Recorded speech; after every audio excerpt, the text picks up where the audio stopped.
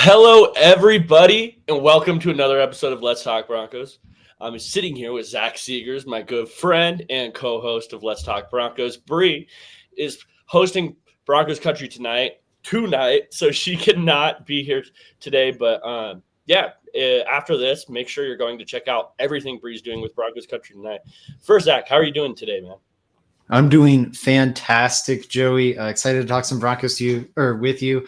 Sorry, sad we're down Bree, but yeah, excited to catch her on Broncos Country tonight. Excited to watch some Nuggets, and just can't wait to get into it. Happy to see some people joining us right now live, and I think we've got a really fun topic to talk about today. We really do. We're talking NFL draft. The draft is coming up. It's right here. It was really quick for me this year, honestly. Usually it feels like forever, and this time around it felt pretty quick.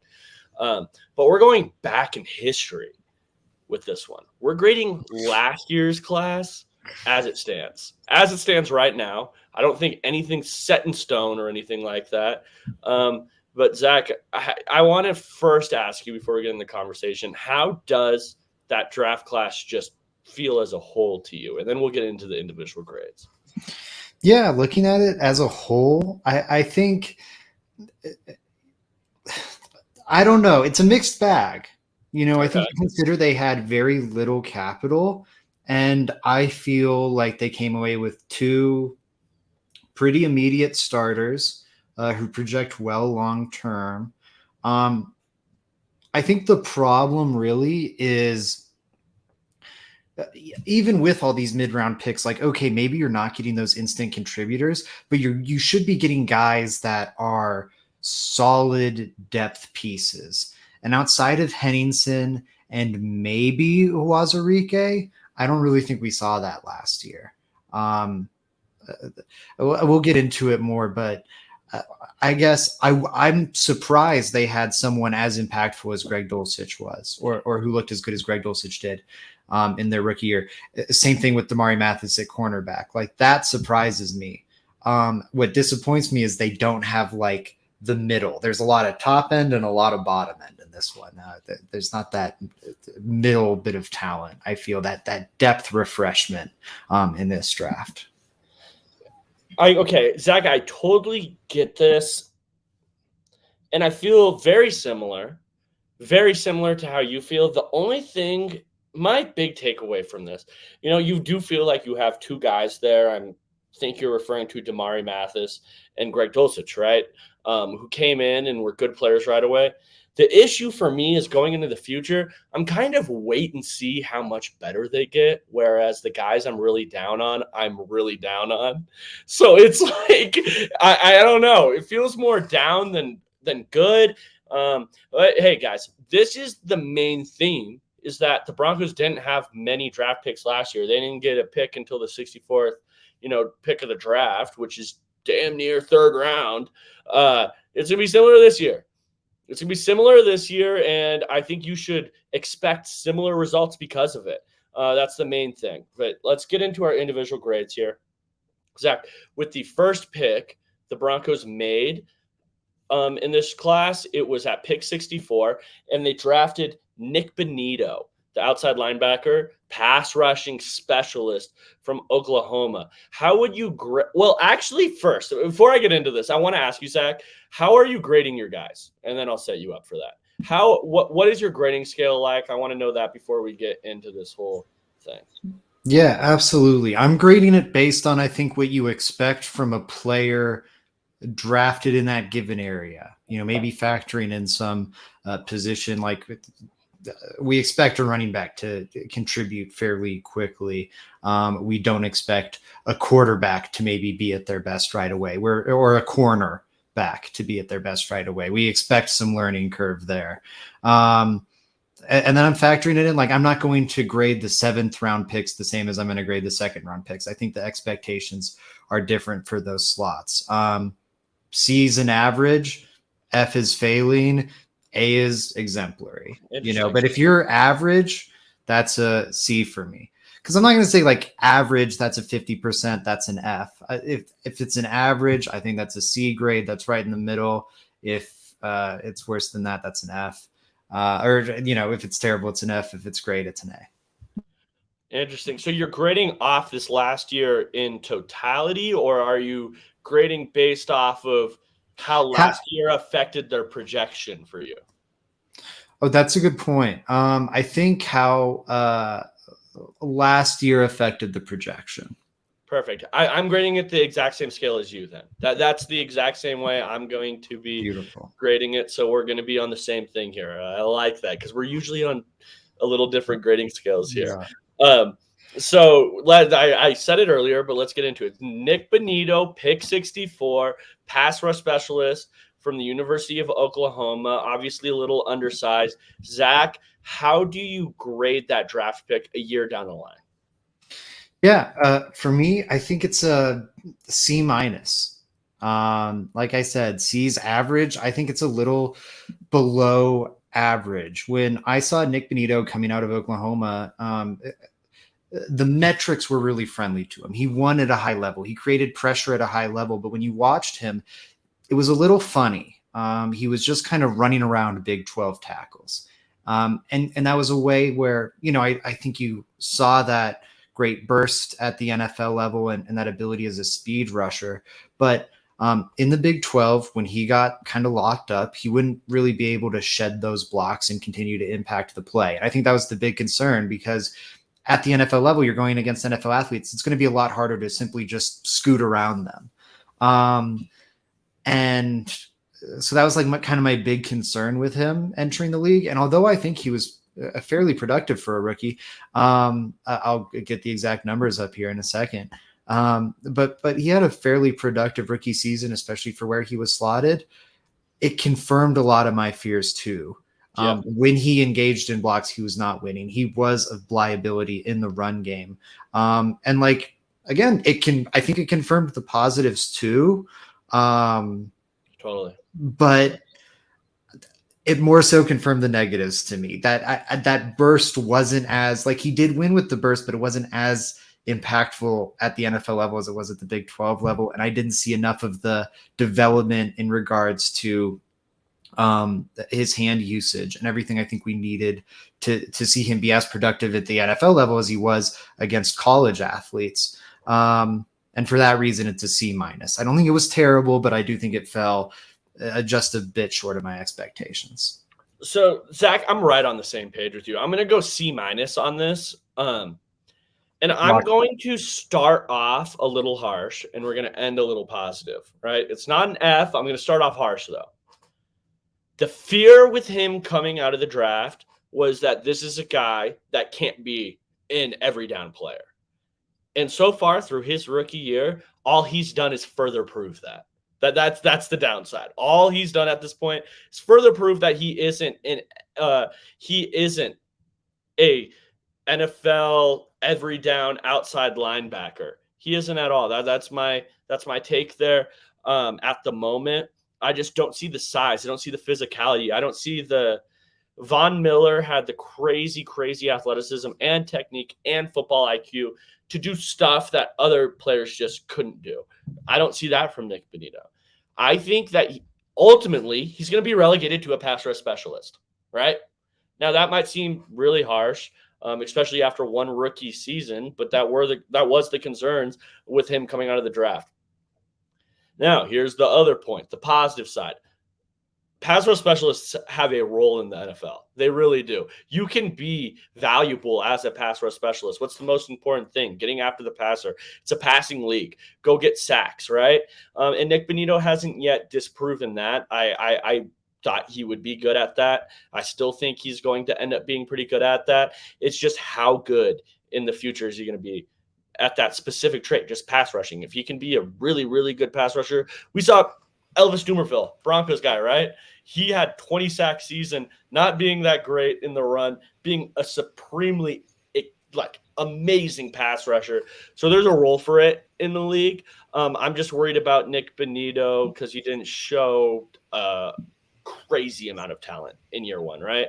So C minus is the grade for me as well. It's a really, really tough grade, but you got to do it. You got to do it.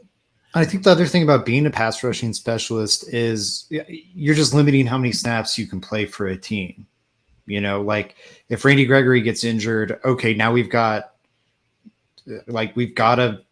play Nick Benito on those early downs filling in. It's got to be Jonathan Cooper on first and second down before Nick Benito comes in on third.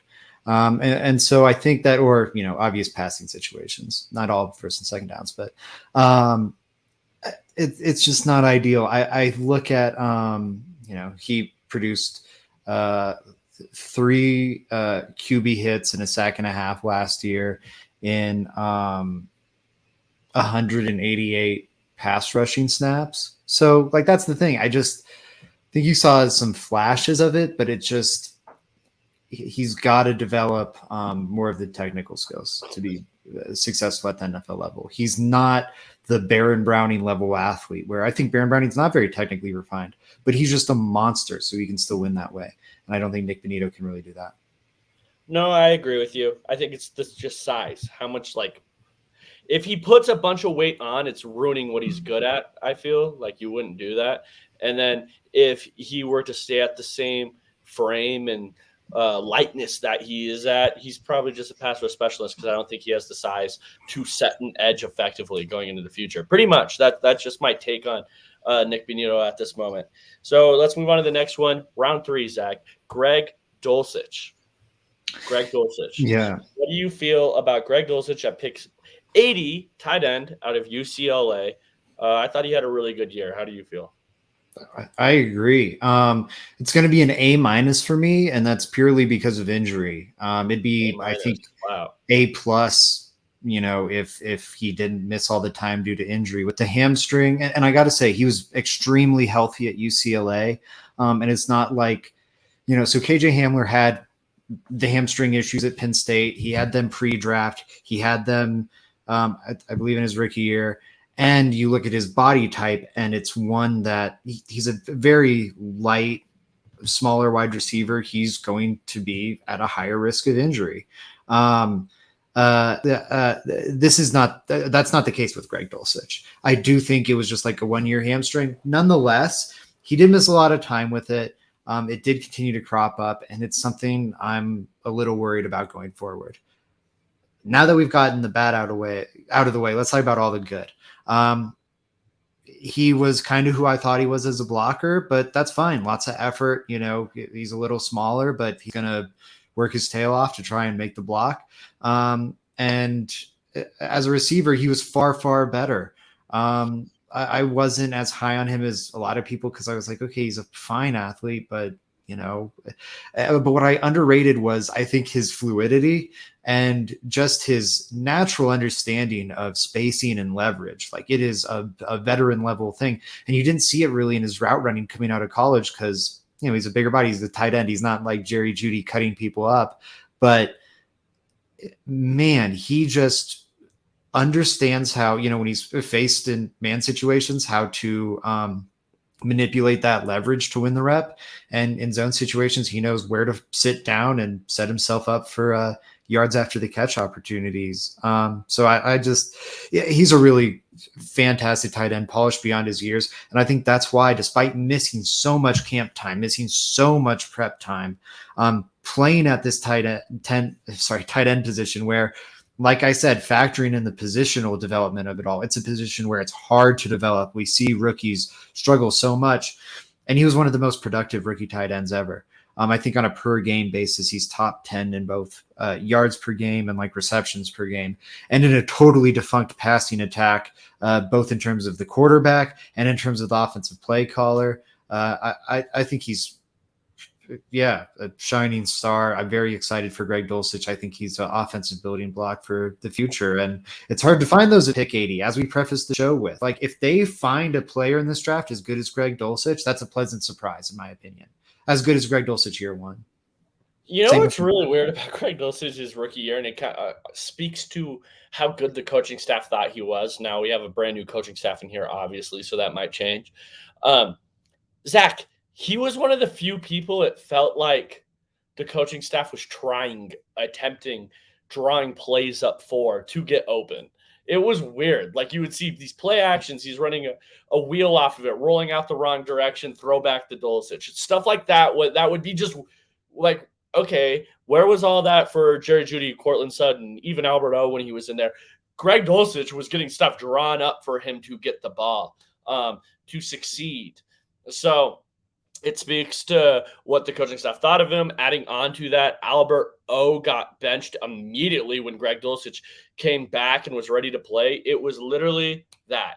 Greg Dulcich is in the lineup and going. So the prior coaching staff obviously loved him.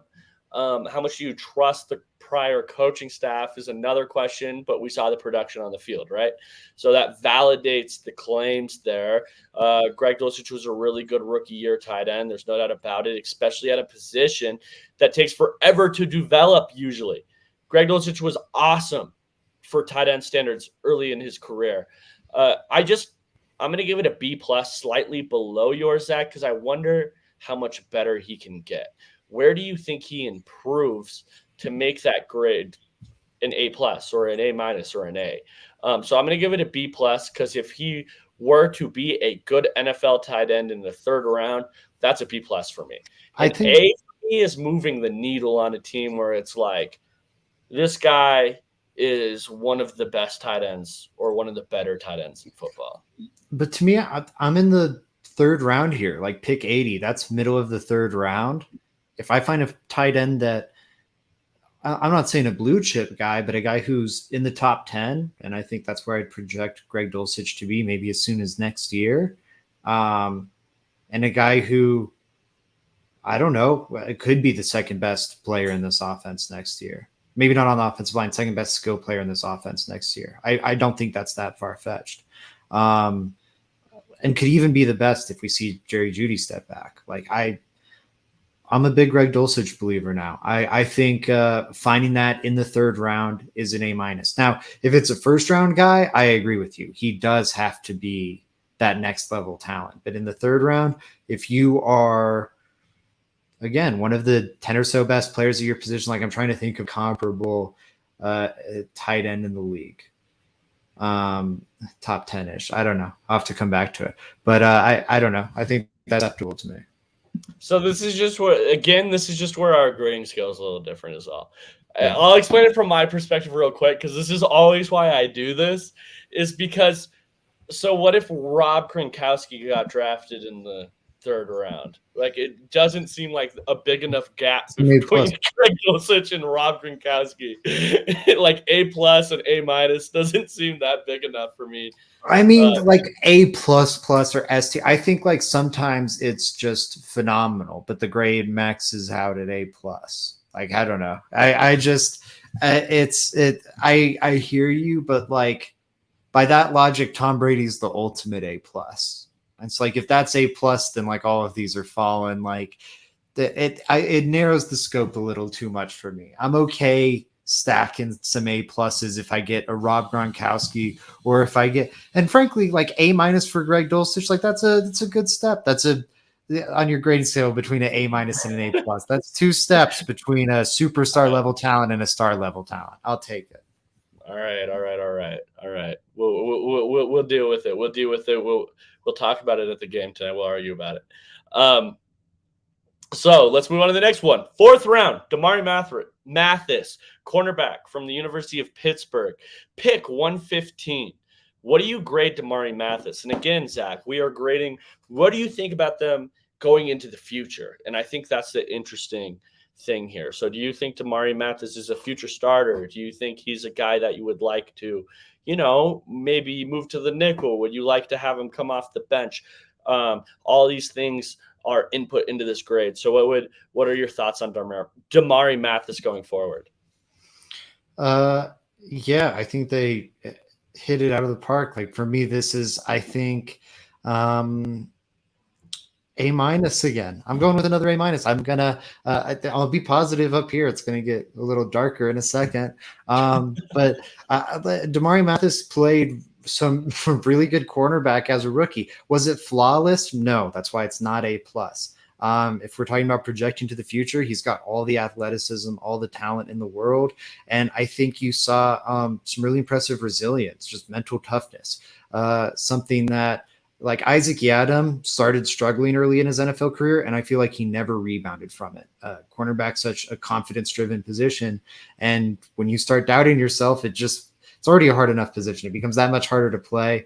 Damari had about as rough as a rookie debut as you could have with the 4 pass interference calls, something like that. Yes.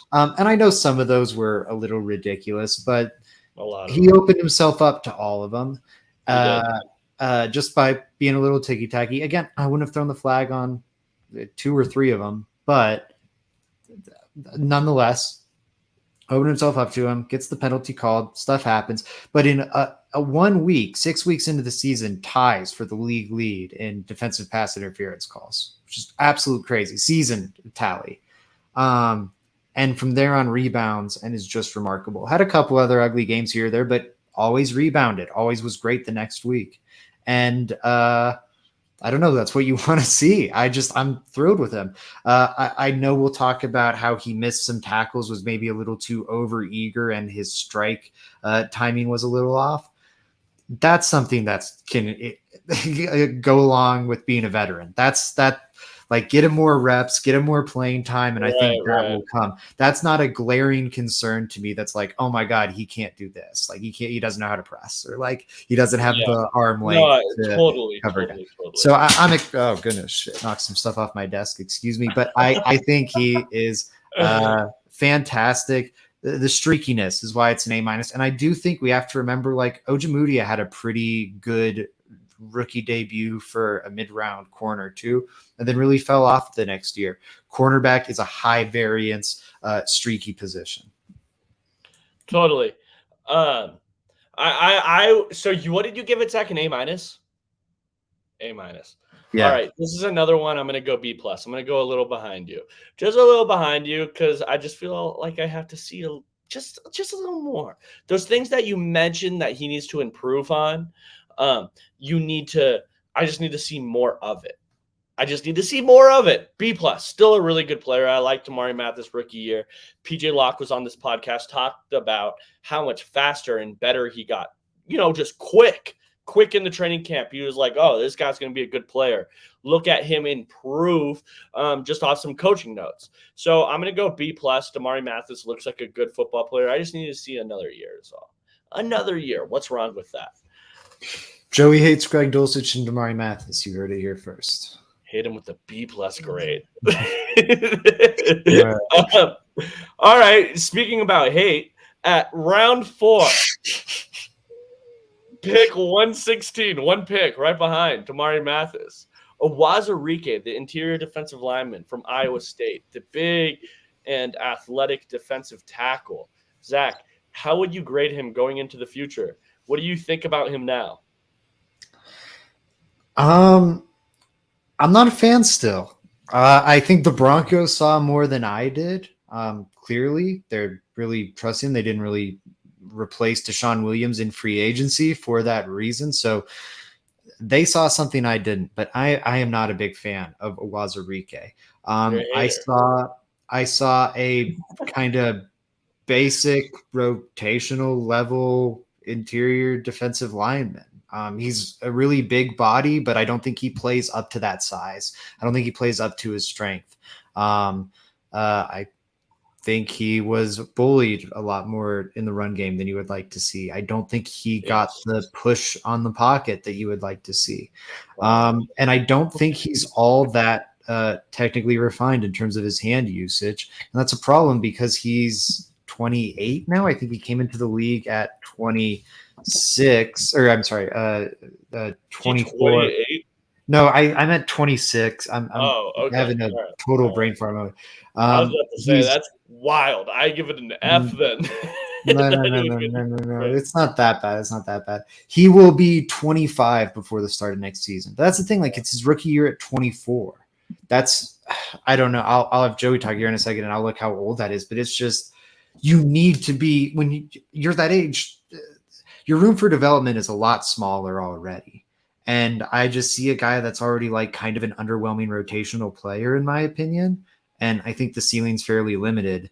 And this was one pick after Damari Mathis. Like there were still, I think Tariq Woolen was maybe still on the board. Like there were good players on the board for them to draft still. And we'll talk about that with the pick after this one and the pick after that. But like really all three of these picks, it's glaring. Like we can go, oh, well, it's the fourth round. Like it's hard to find guys here. And granted, but there were, Awazarike was a guy who was not expected necessarily to go this early. It was a bit of a reach on draft day. There were guys that the media, Joe Blows like me and Joey were higher on, that were on the board here, that were very popular with the media, who ended up being a lot better than these next three guys we're going to talk about, including Awazarike in that three. So I guess I haven't given a grade yet. D minus, somewhere in there. D minus. Okay. All right. We're writing it down as the most negative one. It is a D minus from Zach Seegers. I just know D. We'll go D. I'm sticking hard on D. Because it wasn't that bad, but I don't know. I think you got to see more from a prospect that is this far along in his development, and you spent like that decent a pick on like that. You could have. No, I agree, Sam. Zach, I agree, Zach. C minus for me. C minus. What do you think about a C minus? Is that like crazy? Is that too high? That's fine. Defend it. Why the C minus? Why not even a D plus? Why does he deserve the C minus? Tell me why I'm too low. Because he did enough to keep me intrigued. Like he did some freaky athletic stuff out there on occasion. He did some stuff like that. We're talking about a fourth round pick. The reason why it isn't like a C, like if he were a younger prospect, I would be putting it at like C plus. The issue is that he's so old that I'm worrying about like what does he look like 2 years down the road, and even if he is a good player, how much time do we have at that? That's why I'm giving it that low. Like he's done enough. Like I remember in that preseason game that starting at the nose and doing running around all the way to the tackle to complete that play. Like I don't know. Do you remember that? There was a lot of freaky athletic, cool, but like big, and he's athletic type things that I'm like, okay, maybe he ends up all right. We'll see. I don't know. I'm not a believer. So Zach, certified Awazarike hater, mark him off from the joining the podcast anytime soon, unless he wants to join and argue. We will have you on. DTY, what do you think about DTY? Safety, Oklahoma. Zach, give me your thoughts. I mean, if I'm grading it based off my pre-draft expect, like I think he's exactly what I thought he was pre-draft, but I wasn't excited about drafting him pre-draft. I was wondering if it was like if he had some connection with Nick Benito or something, because he's kind of just like a special teams ace, and I think we saw some good special teams plays from him. And he impacted the game in that way. But again, like you could have found good players here. Like Tariq Woolen's the very next pick. Zion McCollum is a few picks after that. Otito Agbonia, who showed some nice stuff. Kyle Phillips these are premium. Braxton Jones. These are all like more impactful, considerably more impactful players. Totally. Dominic Robinson at more premier positions. So I hear the, hey, it's late, whatever, but you could have found someone with, I think, okay, fine. He didn't produce much as a rookie, but what's like the projected upside? There's not much. He's kind of projected to kind of continue to be this role. Like when we talk about Kareem Jackson moving on, DTY is not even mentioned. And it's not just us. Like when I listen to my national podcast, he is not mentioned. When I listen to other local Broncos podcasts, he is not mentioned. He is a non-factor after 1 year. And so it's just like as a fourth round pick, and that's not what you want to see. I don't know. It's disappointing to me. You see all these safeties mock drafts to the Broncos. Why? Like one, not enough people are even aware of like Caden Stearns, and I think the role he's going to fulfill on this team. But DTY is like, I think a special teamer, like he can fill the role vacated by PJ Locke once PJ Locke moves into like a more consistent defensive role, and he can continue to fortify your special teams. But this is just a premium pick for like a pure special team, in my opinion. Yes, that's kind of my take with DTY. So with the Broncos, or with like safeties in today's NFL, right? I think that all of them are kind of interchangeable, and DTY at best is going to be the fourth best safety on this team this next year, right? That's how he's going to make the team, and if he makes the team, he's going to have to prove a ton on special teams.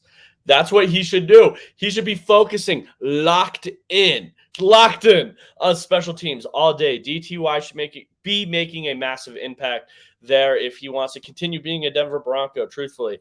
I think he does some good things. I think he comes downhill well. I think he's a pretty good tackler. He just hasn't done enough to get you excited like these other safeties in the room, right? PJ Locke has done a ton in the preseason games and even some in the regular season to be like, okay, he's a serviceable player. He's a guy that can come in and maybe he can help grow within the Broncos. Caden Stearns has done enough. Obviously, Justin Simmons. DTY just hasn't made that impact. Even in the preseason, he was really quiet, I think, up until that. I think it was the last game of the preseason. I was sitting there wondering, where the hell is DTY? It is the PJ Locke and Caden Stearns show out here.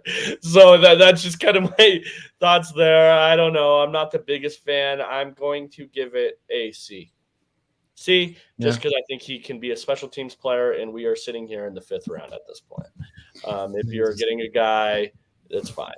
That's just my opinion. I don't know. But is he even a guy? He was a special teamer as a rookie who is maybe a special teamer for another season or two. That's a guy who gets pinched out of the roster pretty quick.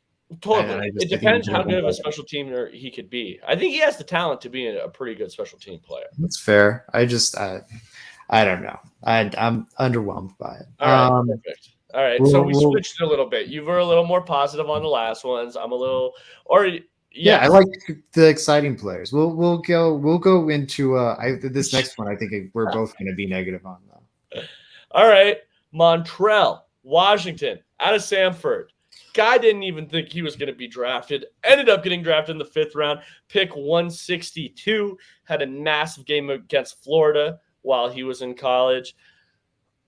Came on, he had a lot of hype as a punt and kick returner. Didn't really live up to it. Zach, your opinion there? It's terrible. It's terrible. It's a really bad pick. No one expected him to be drafted.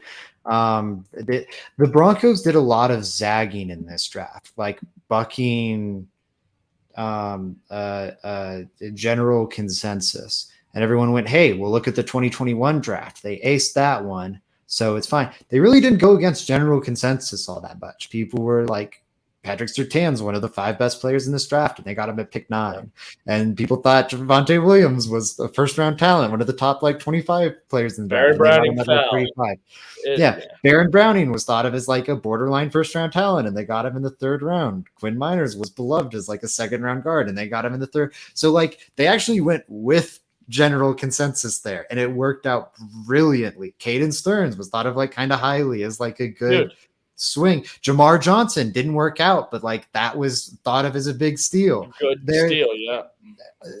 They really went with general consensus, and it worked great. Last year they went hard. You can look at teams compared to media consensus draft boards, and they bucked the trends more than anyone else. And or maybe not more than anyone else, but they were in the extreme teams in terms of going against media consensus. And there wasn't a more extreme case of that than the Montrell Washington pick, and it blew up in their face horrifically. To draft a player this high as a punt returner, they also have to be bringing something on offense. He had 5 rushes for 30 yards and was targeted 9 times, gaining 2 yards. So they concocted 14 plays for him, and he gained 32 yards. Like, that's horrible efficiency, a little over 2 yards per play. So was not kind of the human joystick player on offense people hoped him to be. And then he ranked, I think, second to last. He was bottom 5 in both like punt return and kick return average. And he had a muffed punt or two. Eventually gets benched as a returner. The Broncos then had to sign a free agent this year to replace him as a returner because Sean Payton clearly doesn't want anything to do with him. He's already proven he can't really be an offensive impact player. And so this is a guy who's already off the roster after a year. I think generally speaking, it'd be like a D- because hey, like Joe said, we're at the later stages of the draft. Some of these guys just aren't going to hit, and okay. But if to me, this is an F because you went so far against, like, it wasn't like, oh, anyone would have done this. Like, wow. No, you put it on the table, like you pushed your chips in, and it blew up in your face. And to me, I think that's worthy of an F. Especially because it wasn't even a good idea in theory to spend this pick on like a pure return specialist. For you to do that, and it's like the Robert Aguayo pick. It's not as high, but like, wow, you're spending this pick on a kicker, and then he becomes a terrible kicker. That's an awful pick. You're spending this pick on a returner, and he's a terrible one. No, I totally agree with you. I'm not going to give it an F. I'm not going to give it an F. Who knew that Zach was going to be the positive guy today? Or the negative guy today? I was the more positive guy today. Other way around. But, okay, Montrell Washington, yes, I totally agree. If you're going to draft a punt and kick returner at this stage, they have to be good. And it's a position that it translates from rookie year on. If you're a good punt and kick returner, you are a good punt and kick returner from your rookie year going forward. It just is something. It's not like something you majorly improve in. It's just a lot of awareness, a lot of stuff like that. How are you as an open field runner? And Montrell Washington proved to not be that great this last year. I'll be quite honest with everybody. He wasn't very good. As a wide receiver, he was as gadgety as they get. Everyone compares. Is he a gadget player or is he a true wide receiver? Montrell Washington went out this last year, and the Broncos pretty much told you he's a gadget player because that's all they did with him was gadget plays. All they did with him. So I am going to give it a D, just because he could surprise you. I don't know. He's in year 2. I'm not giving it an F because that feels too much rolling it up. Like, rolling it is completely 0% chance that he turns into anything. So I'm going to give it a D. There also has been rumors about him switching positions, which, quite frankly, guys, that's a bad sign. That's not good. Yeah. That is never good. To what? That's also bad. I missed that. Back. To what position? That's just something I've heard, by the way. I don't know how true it is, but I've heard that before. Is them thinking about moving him to running back is like it's a little, I don't know. But that won't work either. Would be very. Sean Payton's creative enough. If anyone can salvage it, it's Payton.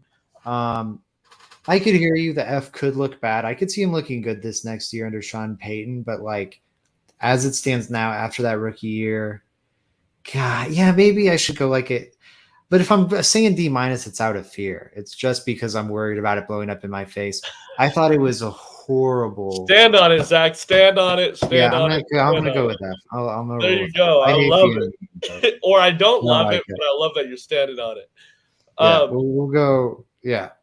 Oh man, this next one's rough too. Like I said, it's kind of I'm positive about this class, but I'm kind of negative about it. But no mid between.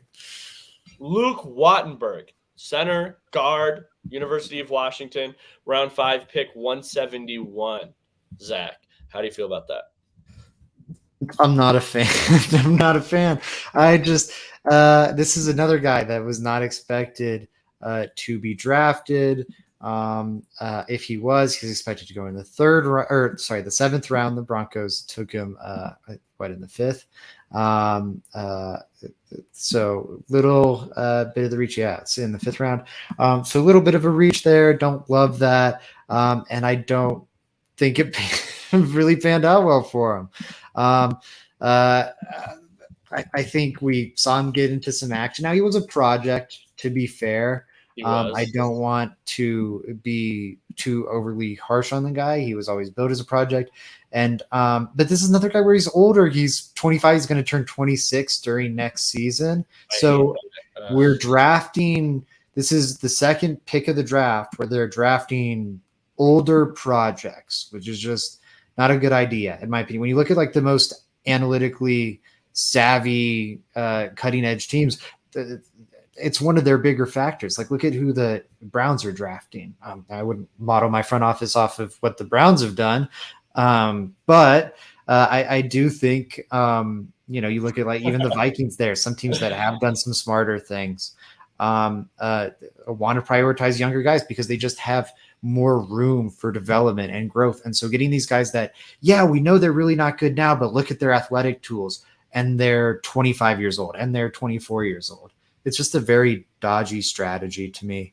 Wattenberg played 90 snaps last year. I don't put a ton of stock in PFF's grades, but he was one of their very lowest graded offensive linemen in the sport, and gave up a huge pass rush win rate. I'm trying to pull that up right now. But yeah, it was just bad. He gave up 6 pressures in 54 snaps. That's insane. Especially for an interior offensive lineman. So he's like, that's like making your opponent look like Jeffrey Simmons on any. I agree, Zach, but at what point do we say that's what a 5th round rookie should be doing? Now, when you get Braxton, look at Braxton Jones for the Bears, and like that's the high end example, but like I don't think it's just exactly. But that's what an A looks like. So I don't think like this is what a C looks like. I think there's a middle ground where like you're functional. I didn't hear that. C. I agree. C. No, I'm not giving it a C. I'm saying I don't think this is what looks like.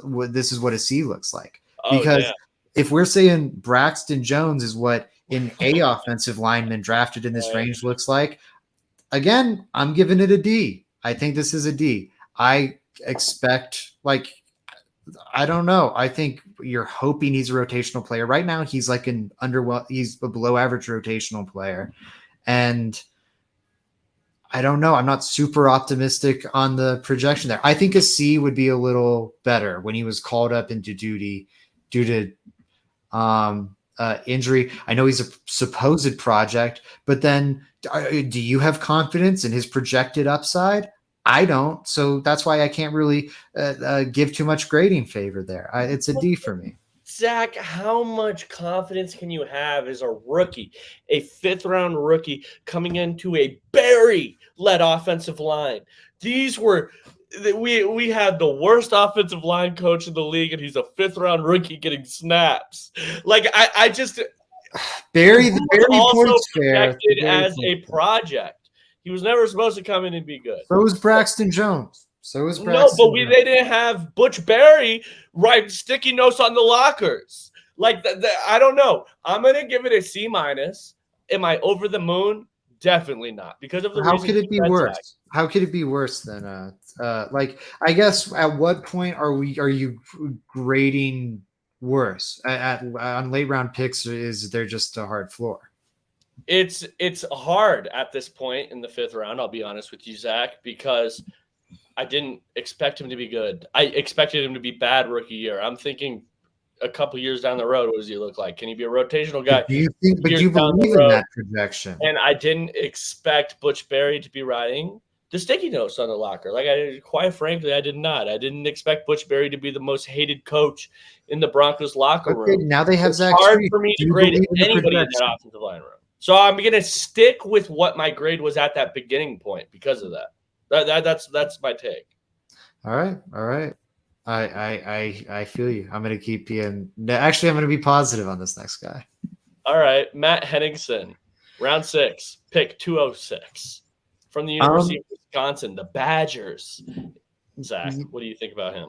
Yeah, now we're at the back end of round 6, and we're finding young rotational players that looked good in their snaps, and I think have upside.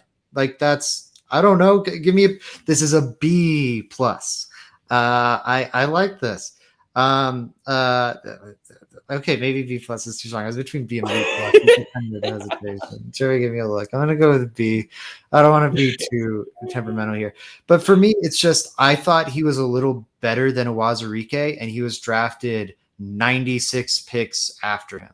That's a good point. That's a good point. Make sure I got that 90, a hard 90 picks after him. Like for the sake of context, that's or God, I need to get my 22 draft back up here. That's the same as the gap between like Awazurike and like George Karlaftis, who looked pretty good for the Chiefs last year, or Tyler Linderbaum, who looked pretty good for the Ravens last year, or Tyler Smith, who looked really good for the Cowboys.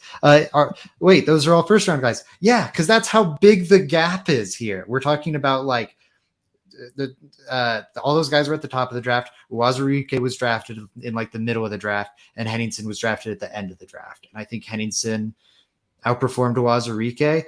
He's also younger, and I feel better about his developmental upside too. Yeah, I feel it's a B for me. All right, B it is. I'm going with a C plus. C plus is the grade for me. Zach, he showed enough to keep me interested and showed me a little more to keep me interested, but he still didn't look like a starter or anything. I still don't project him as a future starter. I don't. I think C plus. I think he could be. Do you? Okay. I don't think he's a long-term starter. I'm not saying he's like Zach Allen or Draymond Jones or like, I don't know, but like, could he be a Deshaun Williams type, like a spot starter for a team for a year or two, like, or that third guy? I think he totally could be. He's remarkably intelligent, and he's got underrated athleticism. Yeah, shout out to Wisconsin, Frankie, Matt Henningsen. But yeah, I don't know. I'm giving it. I just don't love Henningsen. I like Henningsen, the pick, especially where they got him. I think he can end up being a rotational interior defensive lineman for the Broncos. I just don't see him as anything spectacular. So I'm going C plus. Good value though in the 6th round though. If you're getting rotational players in the 6th round, you are doing a good thing. Next one and last pick of this draft, Zach, Faion Hicks, round 7. Pick 232. What are your thoughts on Faion Hicks? Yeah, he was pretty close to being Mr. Irrelevant. So he would get a C plus for just hanging around on the practice squad all season and still being on the roster. I think that's honestly like outperforming expectations by just a little bit. However, 2 weeks ago, he was arrested in Florida on gun charges.